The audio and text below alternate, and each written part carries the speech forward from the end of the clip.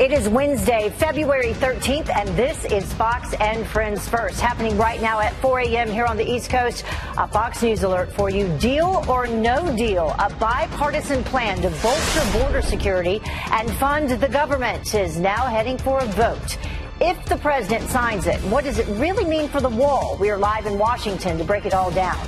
And no collusion. A Senate panel finds no evidence the Trump campaign worked with Russia during the 2016 election. Is it enough to close the case?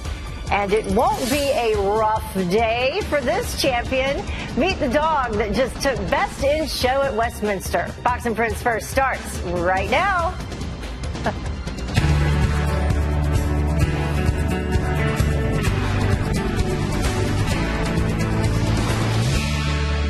Morning here in New York City, but you know what? We got some snow, we got some ice yesterday, so it certainly looks better than it could have looked, at least here in New York City. We're going to talk about some wacky winter weather all across portions of the country coming up just a little bit later.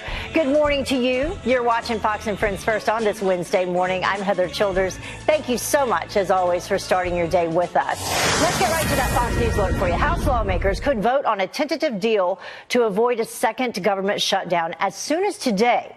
Right now, President Trump is considering additional ways to secure the southern border. Griff Jenkins is live for us in Washington with the very latest, so this could be moving pretty quickly.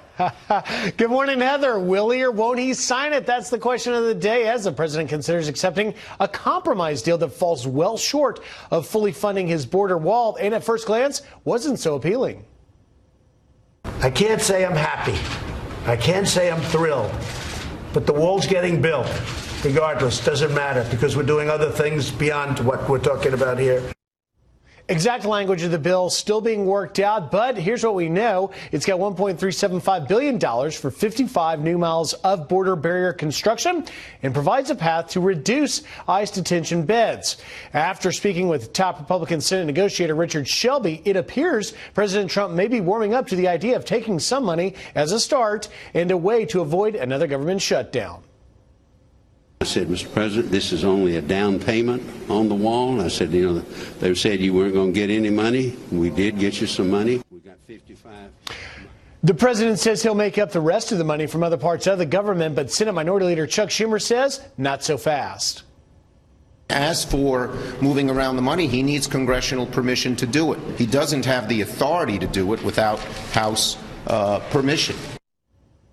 Now, the clock is ticking, Heather. He must sign a bill before midnight Friday. Congressional staffers are busy writing this bill so the House and Senate can vote on it as early as today or tomorrow. What remains to be seen is how much pressure is applied by some conservative voices opposed to the deal and how the president handles that in the final decision. Yeah, Heather? we're going to talk with one of those conservative voices, Congressman Scott Perry, coming up shortly to see what he has to say about it. Thank you so much, Griff.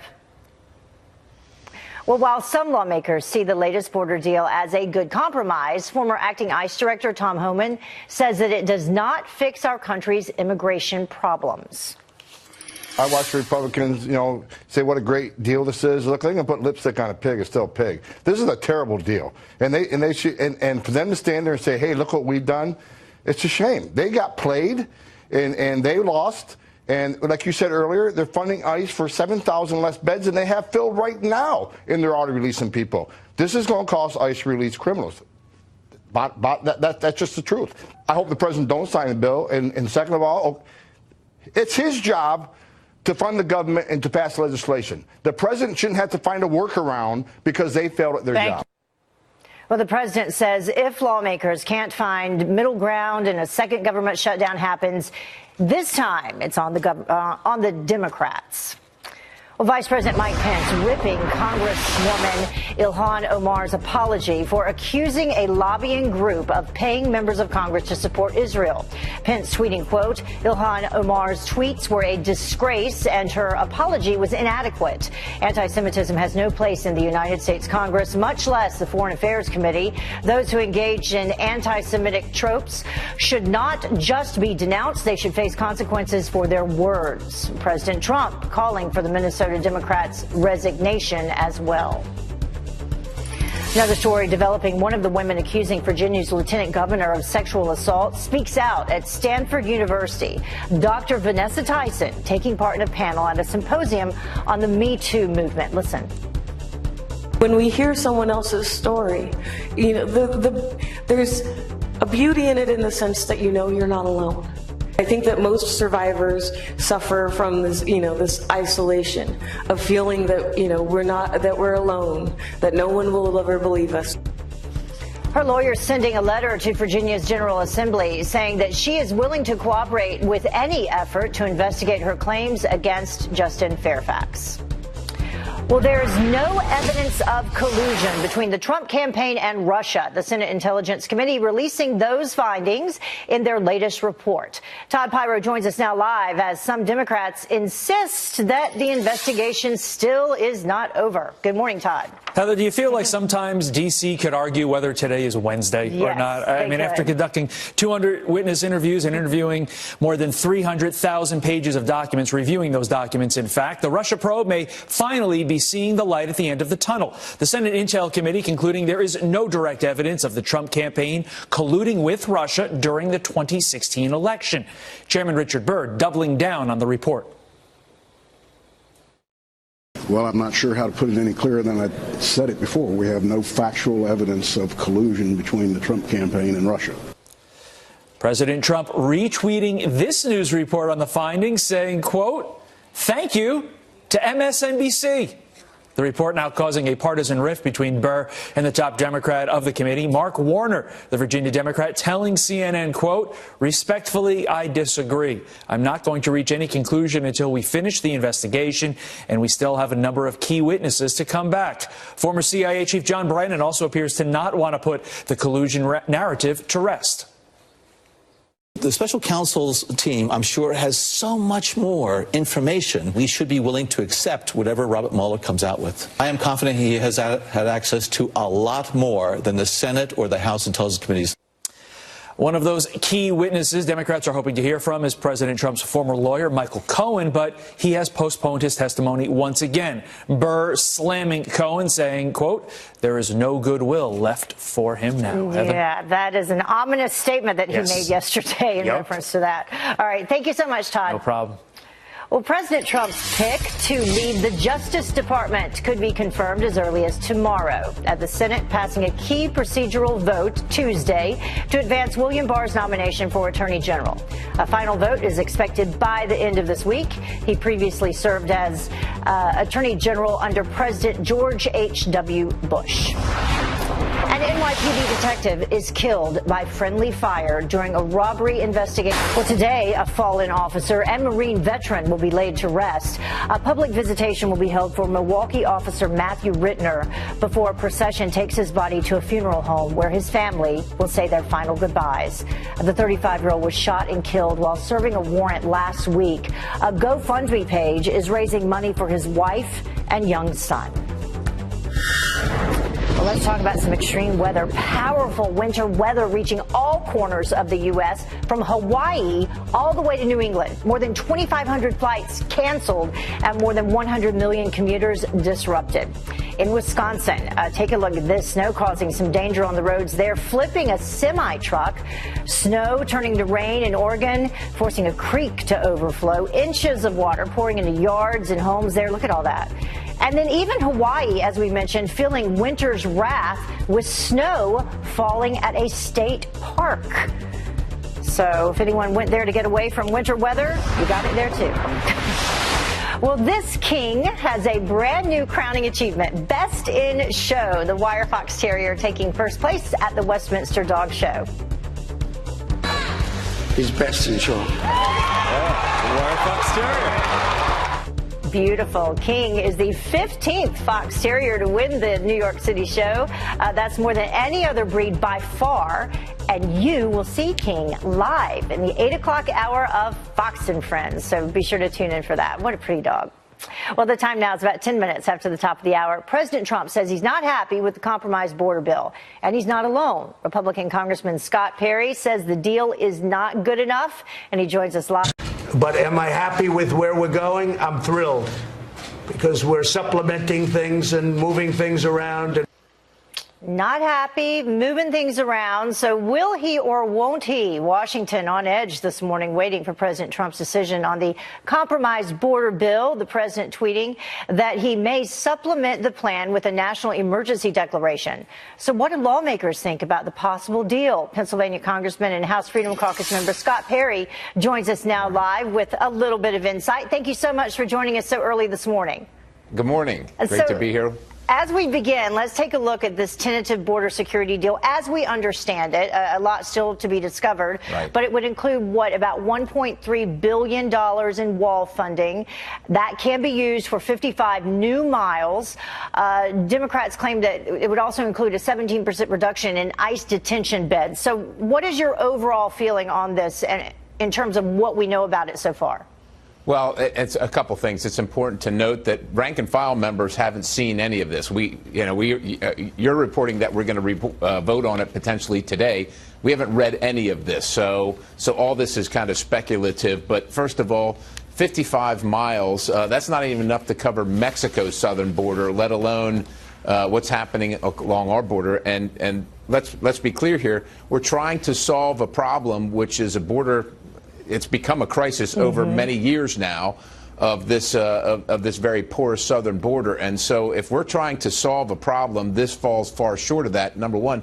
Number two, I think many people are very concerned about this reduction in the number of ICE beds, because what it says is that when we say beds, we're talking about being able to detain people that have broken the law, and that's laws other than the breaking the law of just crossing the border. There's other laws that are broken, and it seems like we're negotiating about not being able to keep these people that have broken the law in detention, in prison, so to speak. And that doesn't make any sense. I mean, why would Democrats want to do that? Right. Well, and that's our concern. I mean, if I went to my hometown sheriff and he said to me, look, we're just going to have to let a certain amount of people out. These are robbers, these are rapists, these are maybe murderers, drug dealers, but we don't have enough room. So you're okay with just letting some of them out, right? And people, of course, in your community would say, absolutely not. What do you need? So the answer is that we need as much as whatever it is to take care of the influx at the border, which is quite honestly why we need the help of a physical barrier and more agents and the technology appropriate to apprehend people and to stop people from coming over the border, which is, of course, the problem at hand that we're trying to solve. And so this isn't really solving the problem. Right. I want to ask you a little bit more about the money that's being allocated, because the president has said that he can move some money around. We've heard about this transfer allowance. How would that work? Would he need congressional approval? And would there possibly be enough money to go from $1.3 billion to reach the $5 billion number that he wanted? Because you talk about this 55 miles of new barrier, and I was listening to the former Border Patrol chief under the Obama administration, and he said that this plan is a fail because from the experts there at the border, they needed a minimum of 250 miles. Right. And I think the president, well, that's what the Border Patrol and Homeland Security recommended. Again, we set this agency up to advise the Congress on what we need for border security, among other things. And then, of course, we don't listen to any of the recommendations, which is problematic in and of itself. But regarding the ability to move funds around, the executive does have a certain ability to do that. But it depends on exactly where they're coming from. Are they unobligated funds, or is there something else? And I think we have to look very closely at that, because I think as most, at least Republican members, want to see something done on the border and want the border secured, we also are very mindful of our constitutional authority, where the funding should be approved by the representatives of the American people. And we don't want any executive, whether it's President Trump or some other executive, to go beyond their constitutional authority. On that note, I'm sorry to cut you off. We're almost out of time, though. On that note, should he declare a national emergency? I think he's got to do whatever he's got to do to secure the country. If the Congress is unwilling to deal with it for whatever the reasons are, and the president sees an issue, that there's a safety issue, which there clearly is, that he has to act on his own per his constitutional authority. We don't love it. We'd rather do it to ourselves in Congress. But again, if we can't get Democrats to come to the table to secure their communities in our country, the president has a duty to do those things, and he should. All right. Well, we know that you don't know whether you will support it or not at this point because you have to read what's in it. Right. That's a novel approach. Yes, it is a novel approach. We don't want to have to vote on it first to see what's in it. We don't like that plan. Yeah, I think we did that for Obamacare. Right. That didn't work out so well. Congressman Perry, thank you so much for joining us this morning. Great to have you. Well, thank you so much. All right. Well, the time now is about 20 minutes after the top of the hour, and Democrats trying to claim the moral high ground while resisting President Trump. You are either contributing to the wrong or you are fighting against it. It is immoral to allow politicians to harm women and families to advance a political agenda. An in-depth look at how two major scandals are now turning the tables, and the left's plan to go green derailed while California just pulled the plug on its bullet train project. Welcome back. You're watching Fox and Friends First. Amy Klobuchar trying to separate herself from the rest of the growing Democratic presidential candidates. Listen. I am a Democrat and not a socialist. Our country was founded on a strong economic system, and I believe in competition and capitalism. In a Fox News interview, the Minnesota senator pointed to her 14 years in the private sector. Klobuchar has been labeled a moderate Democrat compared to the more liberal candidates in the race. Now, one of those competitors is already thinking about choosing a running mate, apparently. New Jersey Senator Cory Booker says that he will likely pick a woman to be his VP. We have such a great field of leaders. I think that you will rarely see a Democratic ticket anymore without gender diversity, race diversity. Should I become it, you know I'll be looking to women first. Well, 6 women have announced plans to run for the Democratic nomination in 2020. As more Democrats toss their hats into the 2020 ring, scandals are mounting. Peter Doocy takes a closer look at those controversies and the potential impact for the presidential election. In the time of Trump, Democrats are always trying to claim the moral high ground. You are either complicit in the evil, you are either contributing to the wrong, or you are fighting against it. The GOP tax scam is a moral obscenity. It is immoral to allow politicians to harm women and families to advance a political agenda. But the tables have turned now that one Democrat's controversial comments some critics saw as a defensive infanticide has only been overshadowed by questions about whether or not he's the one in blackface or a Klansman uniform in his yearbook. Virginia's Governor Ralph Northam. I like him. Keeps us out of the papers. I like it. I'd like to find a few more guys like this one.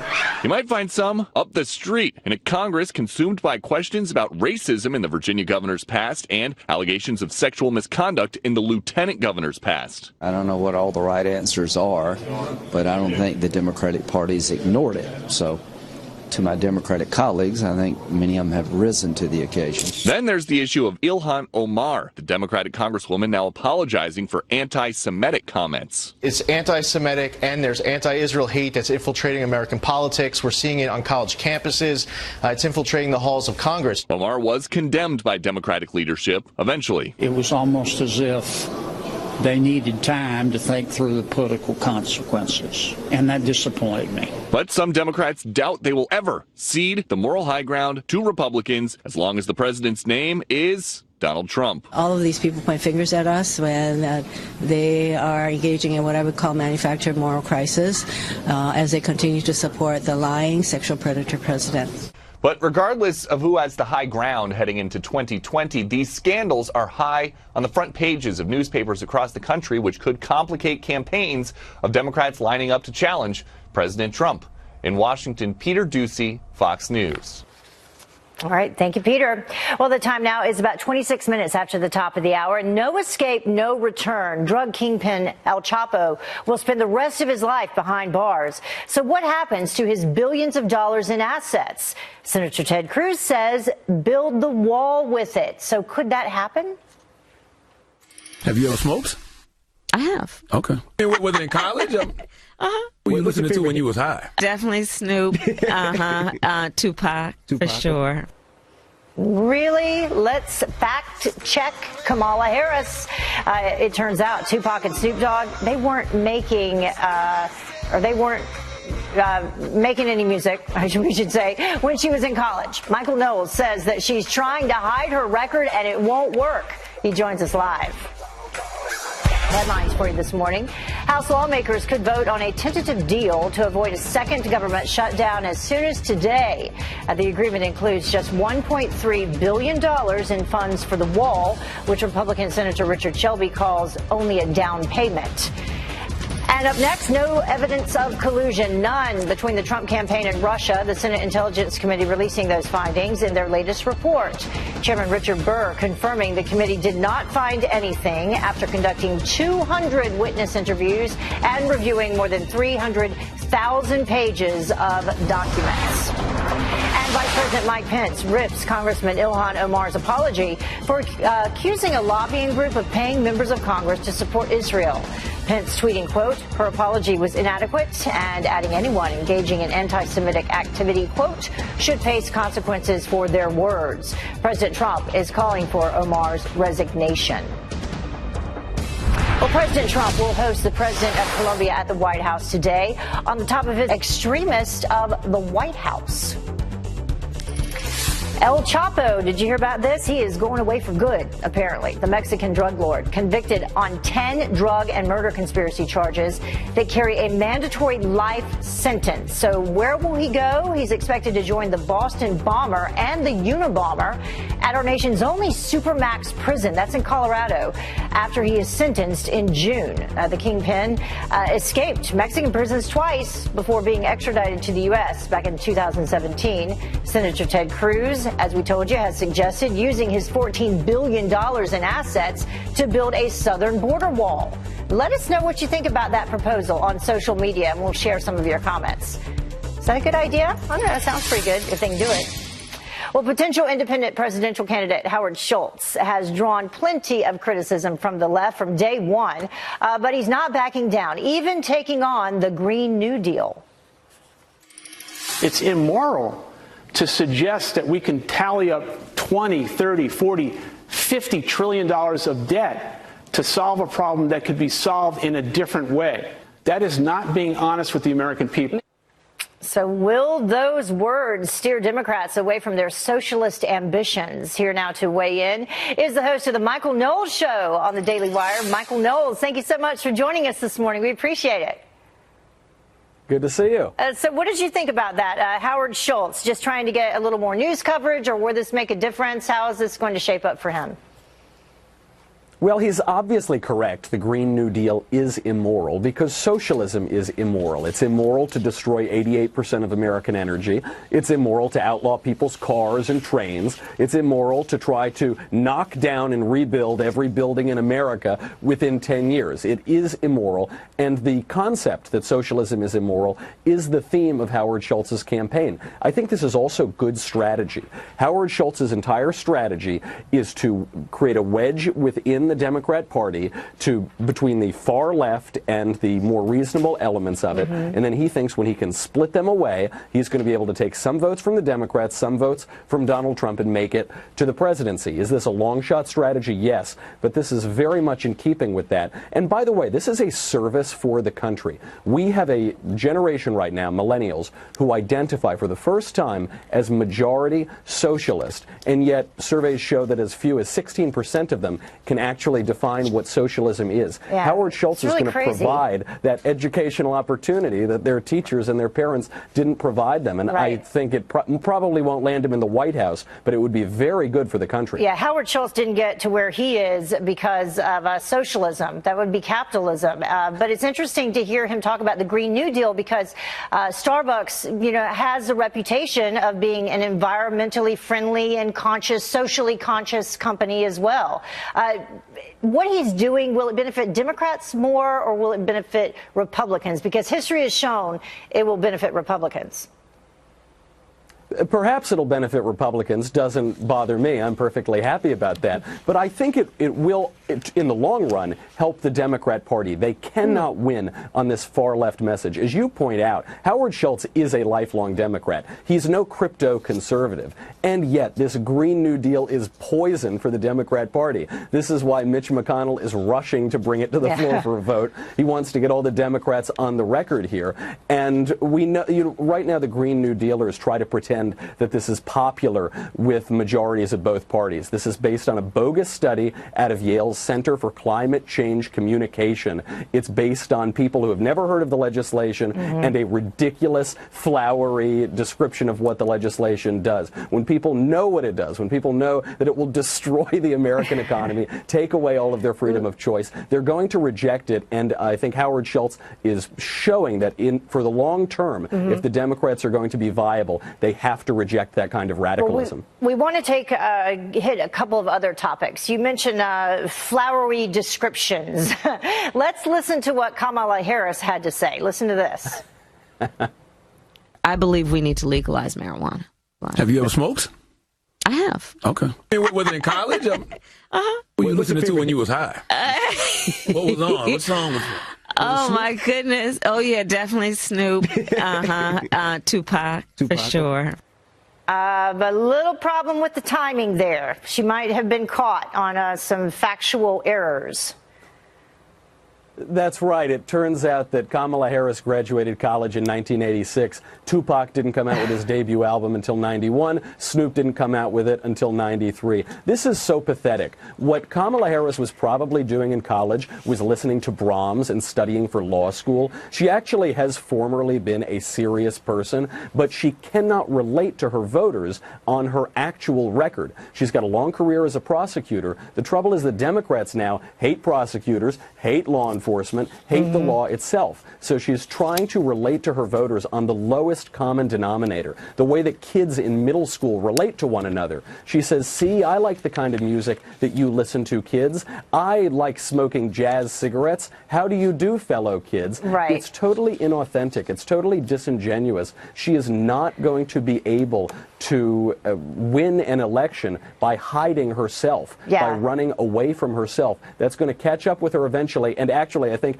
in this incident, it already has. Well, you know, we said that yesterday. Will the real Kamala Harris please stand up? Speaking of doing things to kind of relate to the lowest common denominator, we had Elizabeth Warren and the beer incident where she was trying to crack open a beer. She also made the surprise appearance at a Native American conference. Was that a wise decision? I mean, that is very surprising. I think white women speak with forked tongue. She keeps saying that she's sorry for pretending to be Native American, and then she keeps trying to associate herself with Native Americans. This is Elizabeth Warren's white whale. She can't let go of it. So she launches her whole campaign with a DNA test, trying to prove that she's 1024th Native American. That doesn't work, so she relaunches her campaign on the beer incident. That was a flop. Then she has her official announcement. That's a flop. She keeps going back to this issue that has dogged her for years. Donald Trump didn't cause this issue. Elizabeth Warren caused this issue when she pretended to be a Native American to her professional benefit to advance her career for decades. She's made her campsite. Now she has to lie in it. She obviously has this authenticity problem. Yeah. And it shows, by the way, the value of even pretending to be an aggrieved, oppressed minority in today's Democrat Party. Because if Liz Warren had successfully shown that she was even 1024th Native American, it would have significantly helped her in the primaries. Unfortunately, she couldn't make that case credible, and it has actually killed her presidential campaign. All right, we will see. And now we have Cory Booker talking about, you know, no beef and going vegan, which we didn't even have a chance to get into that. Michael Knowles, thank you so much for joining us. We appreciate it. That was fun. Good to see you. All right, have a great day. Well, the time now is about 20 minutes until the top of the hour, and the left's plan to go green derailed. Why California just pulled the plug on its bullet train project. And Amazon was supposed to keep prices down. Welcome back. The new governor of California hitting the brakes on a high-speed train, for now anyway. Democrat Gavin Newsom announcing the $77 billion bullet train is too expensive and is taking too long to complete.